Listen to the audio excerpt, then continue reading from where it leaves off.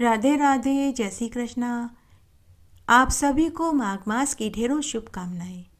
आपको मेरे पूर्व में सुनाए हुए सभी अध्याय और महात्म्य और कहानियाँ बहुत पसंद आई। इसके लिए मैं आपकी शुक्रगुजार हूँ।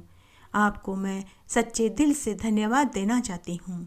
आइए अब हम बिना समय गंवाए माघ मास के महात्म्य का पहले 7वां अध्याय सुनेंगे और उसके बाद 7वें दिन की स्नान की पुण्यफल देने वाली कहानी सुनेंगे। आइए सबसे पहले हम माघ मास का 7वां अध्याय सुनते हैं।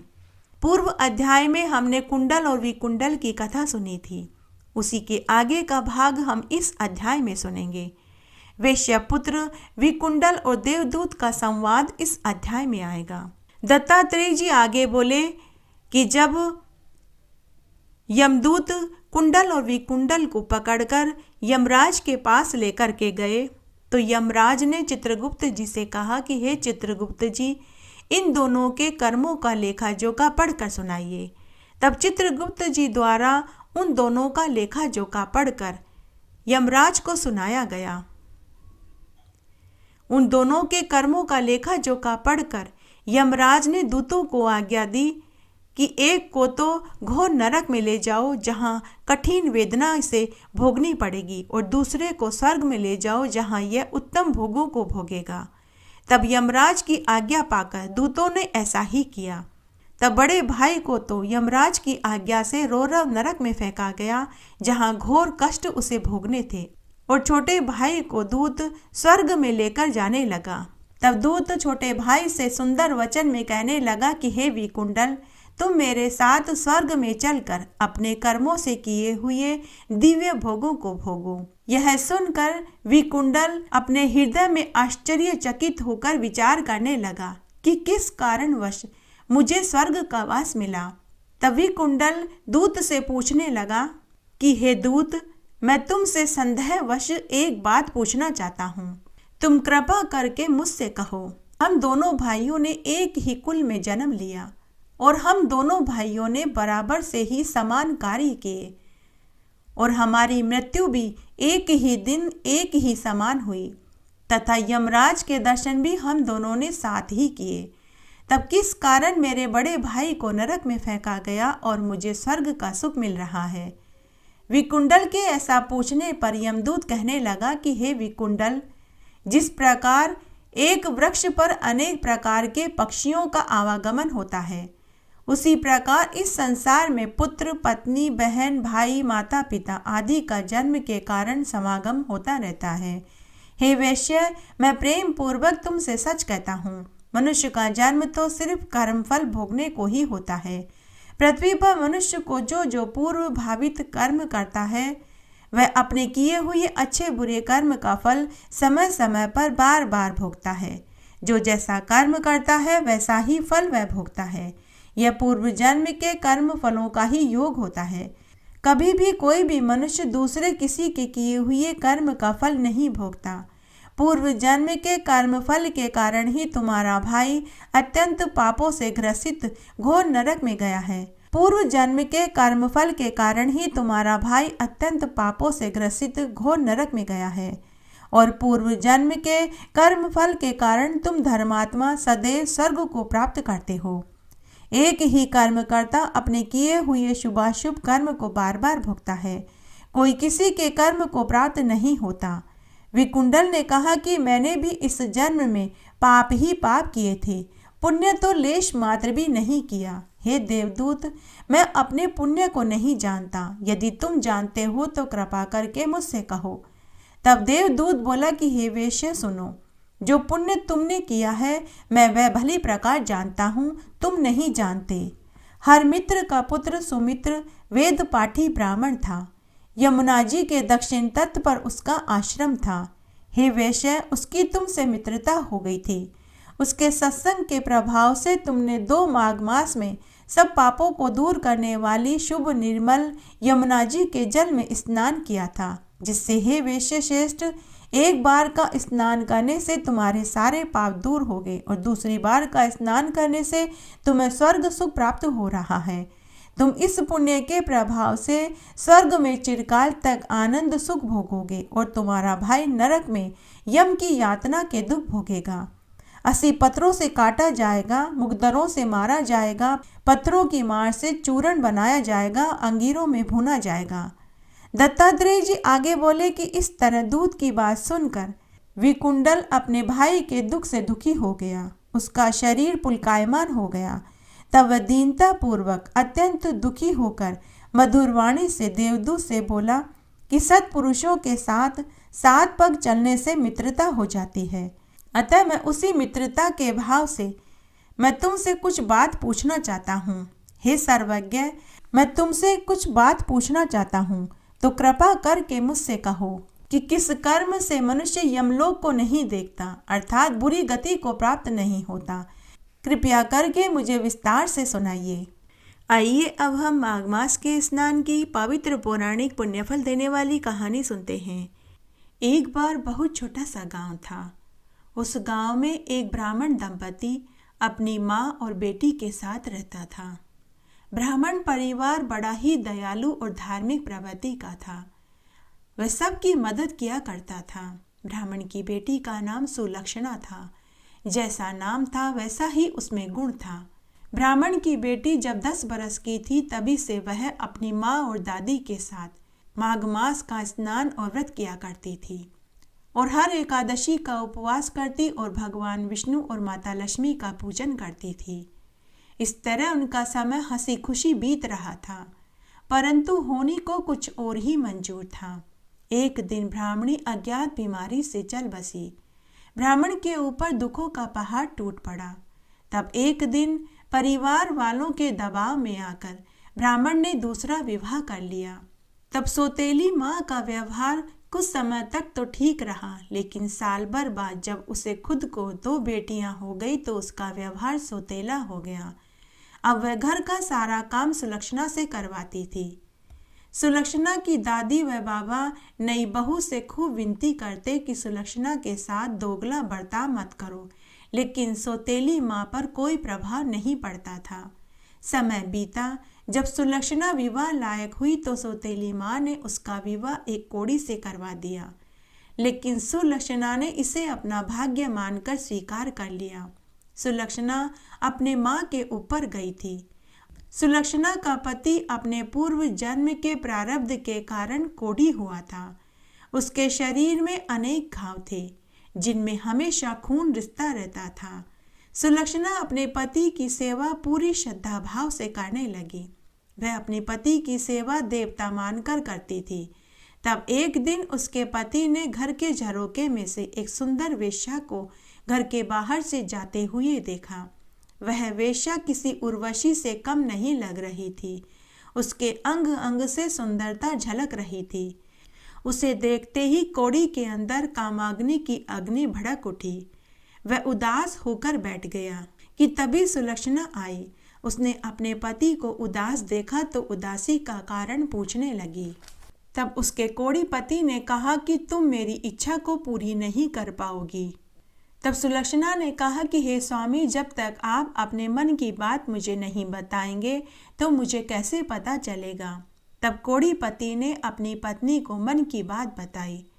जब सुलक्षणा ने सुना तो उसने कहा कि हे स्वामी, आप मुझे 3 दिन का समय दीजिए, मैं आपकी इस इच्छा को जरूर पूरी करूंगी।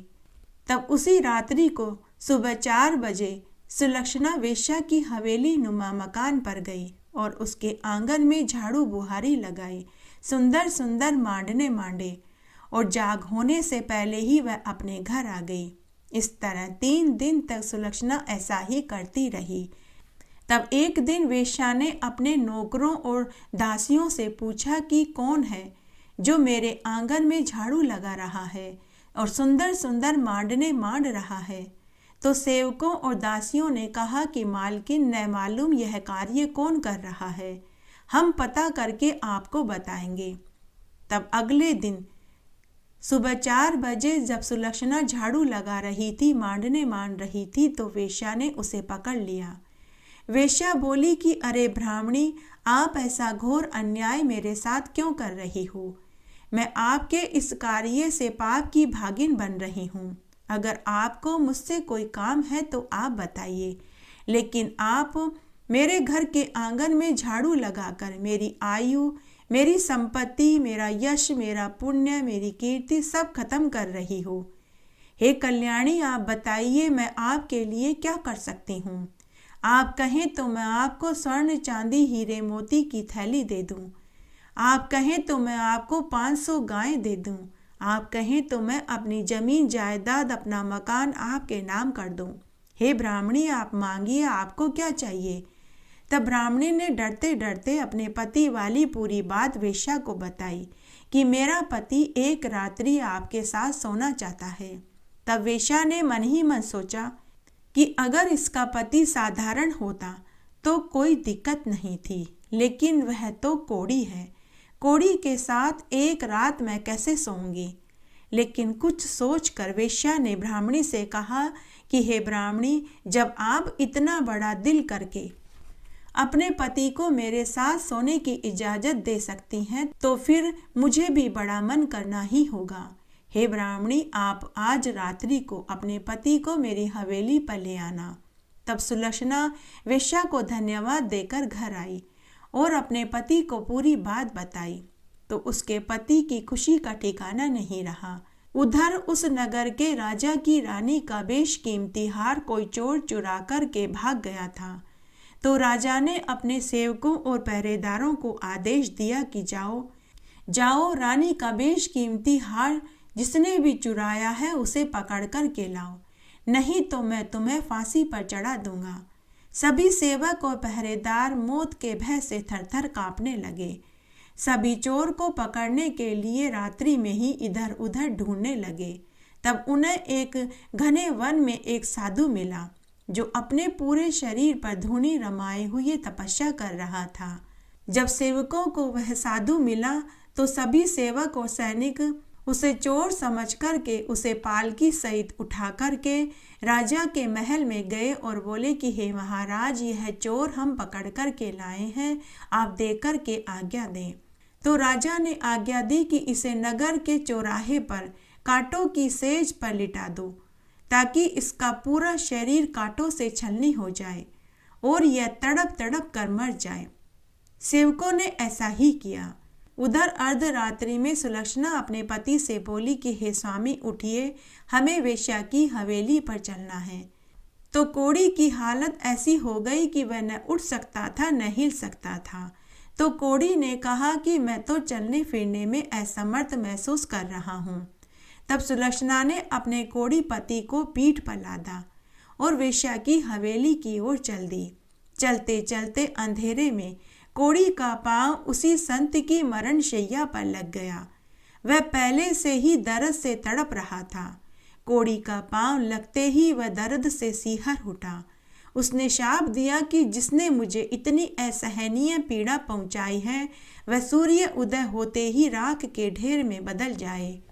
जब सुलक्षणा ने सुना तो उसने उसी क्षण कहा कि अगर मैंने पूरे जीवन भर माघ मास का स्नान और व्रत किया है तो सूर्य उदय होए ही नहीं। उसके बाद सुलक्षणा अपने कोढ़ी पति को लेकर वेश्या की हवेली पर गई। उसके बाद वेश्या ने कोढ़ी को संतुष्ट कर दिया।